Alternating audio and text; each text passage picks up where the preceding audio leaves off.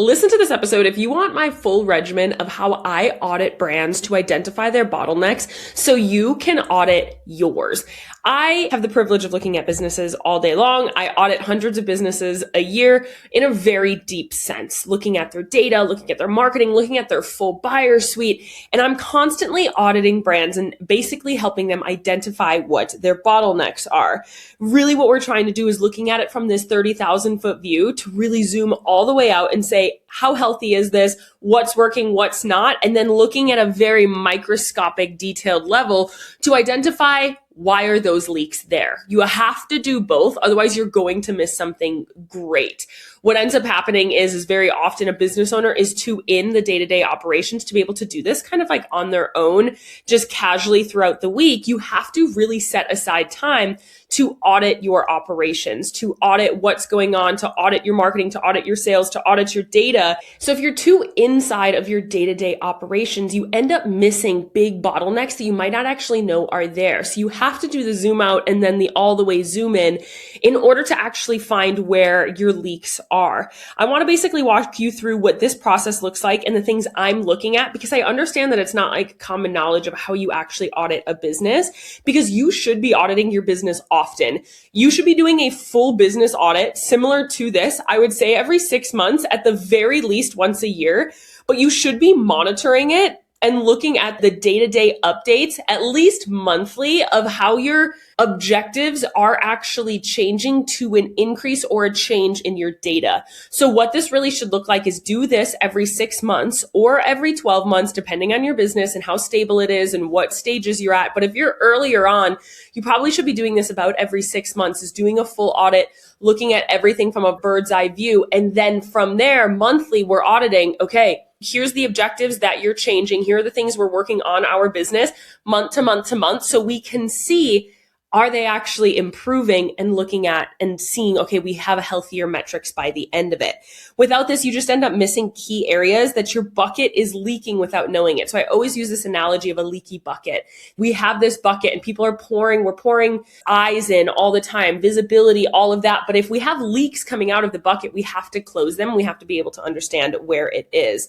Sometimes this is easier to have somebody else do this, just fully transparently, because sometimes you're so in your business that we're almost blinded to it and you can't really see your own blind spots sometimes. But just realize that this has to be done with a strategic approach in mind, but with a non-emotional view. I want you to look at this from just the pure sense of, let's look at the strategy, let's look at the numbers, and take all of the emotion out of it. That's really important. So without further ado, let's dive into this. Before we do, my name is Madison Page. Just a quick 10 seconds of an intro. I am a business growth specialist. I work with product-based businesses to help them become a category leader in their industry. And I truly do audit businesses all the time. I take a very data-based approach, but of course, our marketing approach is very warm and very community-centered.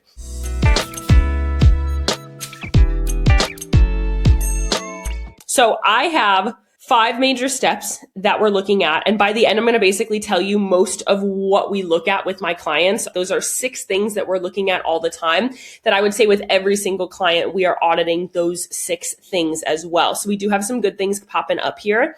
Just to kind of look at this, what we really do overall, this is what we do kind of week 1 of working with somebody, is they give us all of their data and we're basically doing this. And so first things first that we do is send us all of your data, no matter which platforms you're on. Are you on Amazon? Are you on Faire? Are you on Shopify? Send us your email, send us your marketing data, send us your ads data, whatever it may be. I want to basically have all of your data. I also want to see your P&L. So the very first step that I look at is I do a data deep dive into basically identifying in the entire customer journey. You'll hear that word a lot. What that basically means is when somebody comes in contact with your brand to the absolute end of repurchasing, retention, they've already bought from you a few times. The entire process there, I'm looking at it from a bird's eye view and identifying where your major roadblocks are. So here I'm basically looking at benchmarks in key moments of the buying cycle to basically identify where the leaks in your bucket are starting. I usually start by the end and then work my way to acquisition. So I start on the website because that's usually at the end of the buying cycle. Obviously, they're on your website. I'm looking looking at your retention rate, I'm looking at your conversion rate, your add to cart rate, but then I'm working my way all the way back through your marketing, through your sessions of your website, your marketing, your acquisition channels to basically identify, okay, here is where your benchmarks fall off. You're not getting enough sessions onto your website, so everything else is probably going to be broken. Maybe you are not getting enough new eyes on your socials, so everything else after that is going to be broken as well. So you're looking at this entire funnel and basically trying to identify where is the first spot that your data is off of benchmark is really the first major goal. The goal is to find a variety of leaks right now, because it doesn't necessarily mean that you're going to only have one leak. Very often, if you have a retention leak, but your conversion rate is low, that tells me that we probably have some gaps in your marketing and things like that. So what we're looking at here is we're trying to look at the overall health of your sales process from a very zoomed out approach. I'm looking at key major numbers, right around probably like 10 to 15 numbers I'm looking at from the very end all the way up to the top, depending on how many sales channels you have. If you're on a bunch of different sales channels, it might increase a little bit because we have to look at a lot of different things. But I'm looking at what is your customer acquisition cost, which is, again, from the acquisition channel all the way down to actual conversion. And so data deep dive is step number one. So what I would recommend here is sitting down and pulling all of the data you possibly can from your business, from your website, from your marketing, from your acquisition, from your retention, from your emails, every touch point. And I want to look at your data from a bird's eye view and say, how's the health of our business? Where are people falling off here in the overall health of the business? Also here, I want to look at your P&L. Your P&L, obviously profit and loss statement, is telling us how healthy from a financial standpoint is your business, because your conversion data can look great, but if you're not profiting enough, I don't actually really care. We have to basically identify, okay, why are we not profitable? That's going to tell me from your pricing. That's going to tell me your expenses. And that's going to just tell me your business's financial health overall. And it's not uncommon just to totally normalize this for your business to not be profitable for a few years. So I'm not looking for profit like end all be all, you must be profitable in order to have a healthy business. But I'm looking at numbers and I'm looking at benchmarks and I'm looking at metrics. If we even have the possibility for us to be profitable eventually, that's what I'm looking for. And that's what is really important here as well. So step number one of a full business audit is I'm doing a data deep dive. This can take an hour or two of really just looking at everything and looking at all of the numbers of just saying, okay, from a zoomed out approach, how are we looking here? The second one is doing a customer journey deep dive. What your customer journey is, again, is every touch point with the brand. And I want to see this more from a marketing and a messaging lens this time. So I'm not looking at it just from a data lens. I'm looking at what are we actually talking about in these different stages, from acquisition to your retention email flows. I'm looking at your entire business and saying, how strong is your messaging? Does it stand out? Is it consistent? Is it something that is leading with value for people, or is it kind of just getting lost in the shuffle? Because what we find here is if your branding and your messaging is lacking in specificity or differentiation, you will have gaps elsewhere in your marketing and your conversions. And very often that is the core of your issues, is going back to your marketing, going back to your messaging. And I would say with 99% of my clients, we are still working on messaging, no matter where they're at in their business, whether they're making $10 million or they're just starting out. We're talking messaging because messaging is the root of your business. Messaging is the root of why people come back. Messaging is the root of why people buy from you. That your messaging really is everything. And as your industry evolves, it might get more saturated over time. And we have to hone your messaging in to make sure that you're not diluting it on accident, where all of a sudden your branding just doesn't really quite make sense, or it doesn't really quite do it anymore within your industry. So first things first, we're looking from a very strategic approach, looking at your data from the data deep dive. And then the second one is we're looking at a little bit softer around the edges here, is we're looking at the messaging. We're looking at, when you are talking in any capacity with your customers, what are we talking about? And is there a common thread? Do you kind of have your North Star message, positioning, differentiator that we are putting everything through the lens of? The third one is looking at your marketing strategy. And so marketing is obviously completely dictated by messaging, which is why we do messaging first. Make sure that your messaging is strong enough before we really look at your marketing. What we're looking at with your marketing is the three major channels: your growth channels, your nurture channels, and your conversion channels. And how are they doing? Do we have variety in topics? Are we readjusting our topics. What does your launch strategy look like? What are your day-to-day kind of passive sales strategies and how does that look? And where do things fall short? Now we're looking at your marketing. So if you're only on Instagram and maybe doing some meta ads, those are the areas that I'm going to look to basically just see, A, are they directed to the right people? But B, do we have enough of a variety here to make sure that we are moving people through the buying cycle effectively? I probably have a pretty good idea from looking at your data deep dive of what we need to do in some of these areas, just because I can see, okay, you have a fall off here. That probably is a marketing problem. Let's look at your marketing and make sure that we have, some solid pieces there. But your organic marketing alone helps with every other channel. So if you have a bad organic marketing strategy, your ads aren't going to convert as well. Your influencer marketing isn't going to convert as well. Every other marketing and sales channel is going to perform worse if your organic marketing is not actually optimized. So I look there first. Do we have variety? I teach 7 types of content. Are we touching on all 7 types of content? Are you posting to not just be selling your product all the time, but to also be building a brand, which is a really big piece here. So again, we're looking at growth, nurture, and sales channels. And again, is everything consistent, but do we have enough variety there to actually have an effective marketing strategy? Hey, I've been getting some DMs that you may not know what I do outside of hosting this podcast. I actually work with product-based business owners every single day to help them grow and scale their brand. If you really want my eyes one-on-one inside of your business to look at your strategy, to look at your funnels, to look at your data, and to develop your next campaign or bring your business or your idea to life, that is exactly what I do every single day. I've worked with 500 plus businesses across 70 different industries to help them become the next household name in their industry. If you are craving a business brain, a strategic advisor, a data-centered, obsessed person to come into your business and help you bring your idea to life, I'm your gal. Come on over to my Instagram at thisismadisonpage, DM me support. Otherwise, you can click the link in the show notes to apply today. Okay, back to the episode. So now we have a pretty good idea of your business overall. We got messaging, we got marketing, we have data from your sales perspective. We already looked at your website and kind of identified where those leaks in your bucket are. And now we were looking from a little bit more of the art side of business as well. If you are new here, I talk a lot about this balance between the art and the science in business. Art is kind of your branding side, and the science is the structure, the strategy, and like the consistency of everything that we have. You must have both, and they must be balanced in order to be successful. So now when we're starting to get kind of deep into this audit, now we're looking at details. I'm looking at what are the exact content pieces that you're missing that are making people not feel very engaged with your social media? What's the exact pieces on your PDP landing page, your product description page on your website that are making people fall off when they're landed there? What is the exact pieces of your homepage that you're missing that is making your bounce rate really, really high? Now we're looking granular to say, okay, these were all the data points that were off. Now, how can we pick one of these data points and say, okay, let's identify why this is broken. Okay, let's identify why people are falling off here. Let's identify exactly the teeny tiny little details. And sometimes it's literally the change of a color of a button, or to add one mini little line of text on your homepage makes a world of a difference. With one of my clients, we saw a really large drop off in her checkout. So she had a lot of people adding to cart and a very large drop off of people actually converting.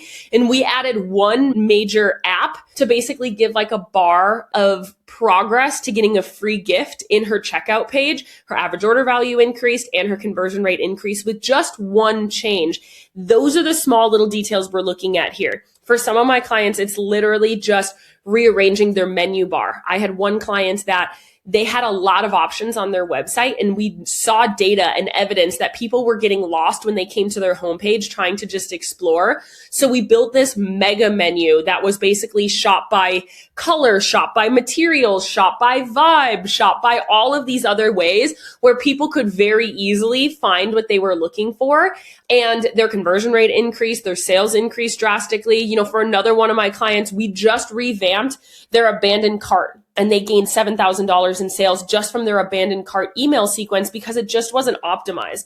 So you can see how these changes in this details category are very small, but we're just looking at Okay, from an overall website strategy, what are some of the things that you don't have? From a marketing strategy, what are the things that you don't have? I just had a client this last week that she told me she was stuck around 30,000 followers for months. We've been working together for a while. She was stuck around 30,000 followers for she said literally years. She was just teetering over and under 30,000 followers, and she wanted to grow her audience. I said, great, here's 3 different types of content that we can try and that we should, try to put out there that I've seen working for other brands that I think would work really well for your audience. And she gained 3,500 followers in just a couple of weeks with just adding one of those types of content that we talked about. And so understanding that what we're kind of looking at here is we have to identify A, where the leaks are. B, where in that process are the leaks actually happening? And then we can look in this minute little things to identify what in the benchmarks are you missing.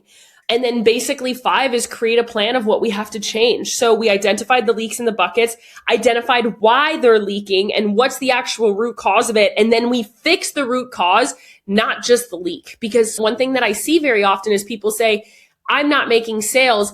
I have a visibility problem. I just need more visibility. Let's pour money into ads, but you actually have a leak somewhere else. Your visibility problem might be a lack of good messaging or lack of good marketing. So what we have to do here is we do have to actually fix the root problem.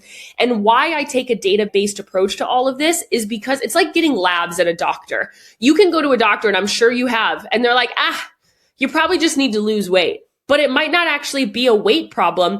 They run labs and they find that, you have a metabolism issue, you have a thyroid issue, you have a hormone issue, whatever, but they wouldn't have known that if they didn't look at your labs. And your labs are the data of your business, where yes, we can prescribe something that seems like the root cause. Okay, you have back pain, let's fix your back pain. But what if your back pain is being caused from something totally different that isn't actually just back pain? That's what we have to do in your business. So we have to basically identify what is the symptom that we are finding, look at the data and say, okay, this is what is actually leaking.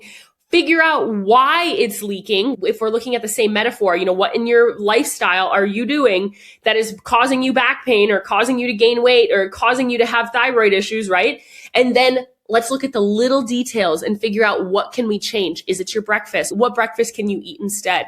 So looking at your business, we have all of your data right in front of you. We look at everything and we say, okay, your website isn't really converting well. Your marketing, you don't really have a lot of new customers coming into your marketing right now. So everything probably feels a little stagnant because even your followers you do have aren't converting, and we don't have enough new people coming in to actually feel growth in the business. Okay, great. Now let's look at those 2 things and identify, why are they happening? Is it a marketing problem? Is it a messaging problem? So you can't attract people and you can't convert people. Odds are we have to look at your marketing to say, okay, people must just not be tapped into what we're talking about. Let's look at your messaging here. And so now we create a plan. Every single brand in these stages looks very different. I always say this, is that business growth is nuanced for every brand. So your growth plan is going to be nuanced as well. So kind of recapping, we do a big data deep dive. We look at your customer journey and your branding and your messaging. We look at your marketing to see where the issues are. We look at the details to basically say, okay, here's the content pillars we need to add. Here's some changes we need to make to your emails. Here's the changes we need to make in these different areas. And then we create a plan to say, this is how we implement these things. These are actual objectives of what we're trying to do over the next 3 to 6 months, right? And then monthly, we're saying, okay, we changed this. How is this data looking? Okay, we changed this. How is this data looking? Okay, we changed this. Now we're 3 months in. Let's look at the last 3 months. How have things changed from the 3 months prior? So you can see why we come up with a plan and objectives to tackle month by month, and then we monitor them monthly to see how they are going. I would say most of my clients, 99% of my clients, we are looking at these 6 things in their business overall all the time. I'm looking at your PDP pages. They're very important to have little tiny things that we have to add into them that are going to build trust at the end of the buying process. A big thing that people miss is they're investing in meta ads, but they haven't actually developed their landing page. And with meta ads, People don't know anything about your brand. So your product description pages, like your whole product feature page where people are actually going to go to check out, has to be optimized for cold audiences. It needs to build trust. It needs to tell people exactly what this product is going to do for them. The next one is looking at your homepage. Your homepage, again, should give all of the information about your brand that somebody really needs to be sold and really excited about it. So it should be very branded. It should build intrigue and have some of this messaging, why they should care about your product over others. We look at your brand messaging. Brand messaging is every touch point, from your ads to your organic marketing to your emails to your website. How is that looking? Is it different enough is really the question I'm asking. Is it different and specific enough within your industry to make you stand out, but also allow for your audience to really know about it? I'm looking at your organic social, and I'm focusing on the variety and the content topics that we're talking about. So I teach 7 types of content, and the average business only posts 2 of the 7 types. And so we're looking at how can we add those other 5 different types of content to kind of build some more attention, build some more nurturing, and build some more natural passive sales there as well.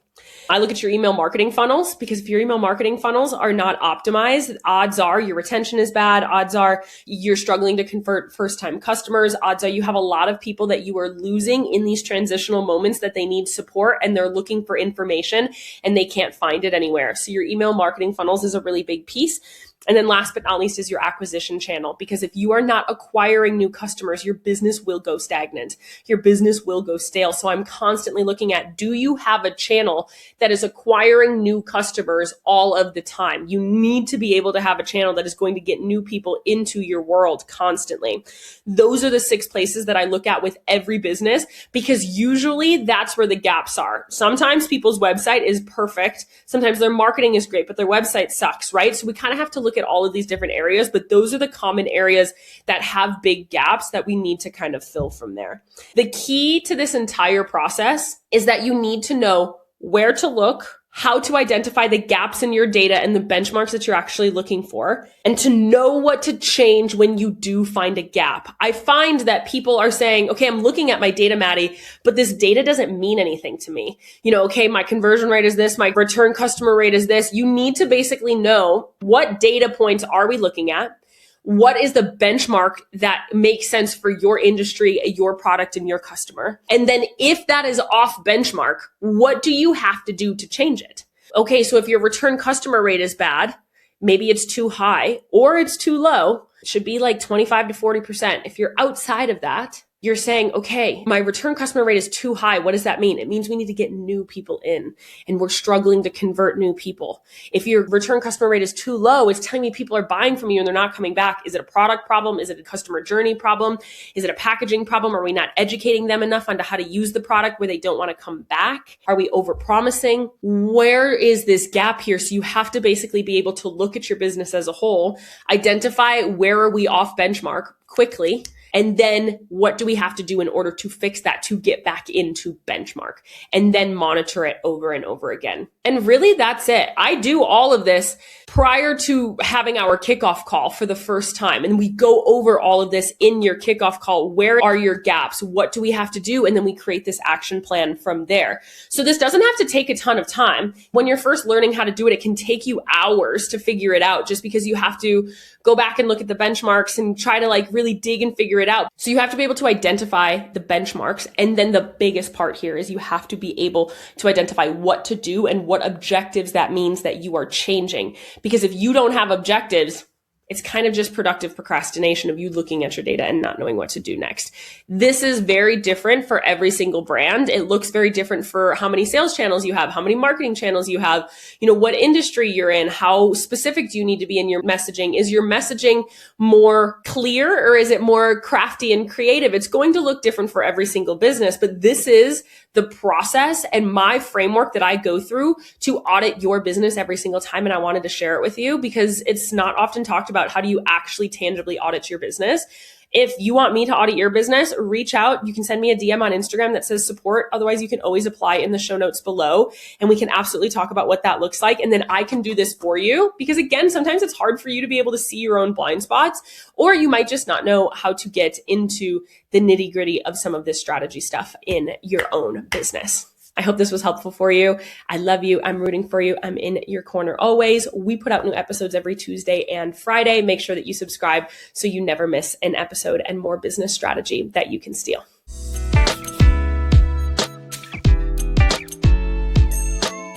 Thank you so much for listening to this episode of the Business Growth Podcast. We put out new episodes every Tuesday and Friday. So if you love this one, make sure that you're subscribed so you never miss a conversation. If you want more conversations with me and other business owners, make sure that you join our completely free podcast community, the Founders Cafe. The link is in the show notes. You can get bonus resources, access to free coaching calls, as well as connect with like-minded business owners like yourself. Make sure that you rate and review the podcast 5 stars, share it with a friend to keep those conversations moving, and come back every Tuesday and Friday. I'll see you there.